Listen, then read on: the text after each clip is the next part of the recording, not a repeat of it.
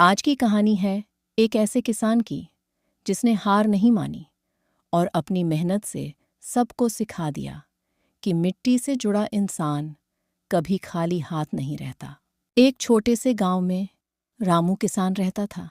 उसके पास ज्यादा जमीन नहीं थी, न ही कोई बड़ी पूंजी। बस थी तो उसकी मेहनत और अपने खेत से सच्चा प्यार। हे भगवान, इस बार फसल अच्छी हो जाए। बच्चों की पढ़ाई और घर का खर्च सब इसी पर टिका है। रामू रोज सूरज निकलने से पहले खेत पहुंच जाता।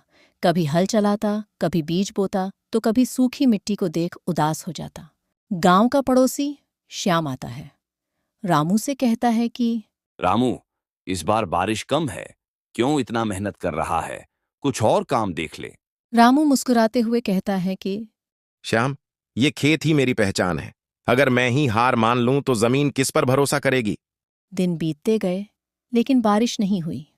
फसल सूखने लगी और कर्ज का बोझ बढ़ता गया। रात के समय पत्नी बोली कि आप चिंता मत करो, भगवान मेहनत का फल जरूर देता है।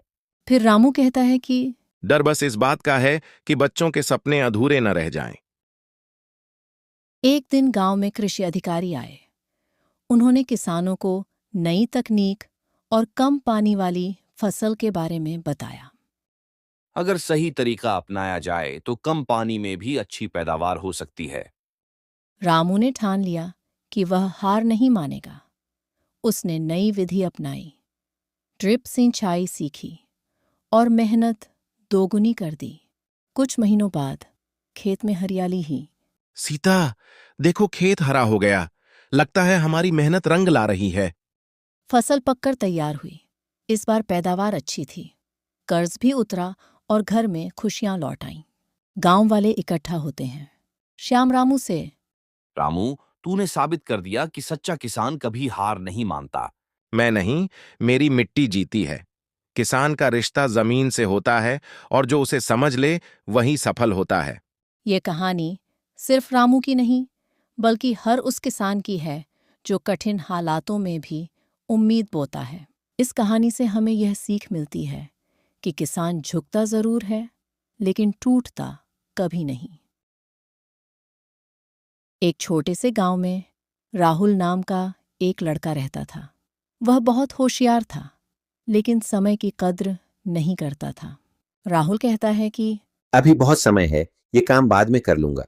परीक्षा नजदीक आ रही थी, लेकिन राहुल खेलता रहता था और पढ़ाई को रोज टाल देता था। राहुल के दोस्त कहते हैं कि राहुल, समय पर पढ़ाई कर लो, बाद में मुश्किल होगी। अरे, इतनी जल्दी क्या है? अभी तो बहुत समय है। परीक्षा का दिन आया। राहुल को कई सवाल नहीं आए और जब परिणाम आया तो वह फेल हो गया। राहुल बहुत दुखी हुआ और उसी दिन उसने अपने दादाजी से बात की। बेटा, समय सबसे कीमती चीज है। जो समय की कद्र करता है, समय उसे सफल बनाता है। दादाजी, अब मैं समय बर्बाद नहीं करूंगा और मेहनत से पढ़ाई करूंगा। राहुल ने रोज समय पर पढ़ाई शुरू की और मेहनत करने लगा। अगले साल राहुल ने परीक्षा अच्छे अंकों से पास की और सफल हुआ। समय कभी वापस नहीं आता, लेकिन उसका सही उपयोग जीवन को बदल सकता है। आपको इस कहानी से क्या सीख मिला?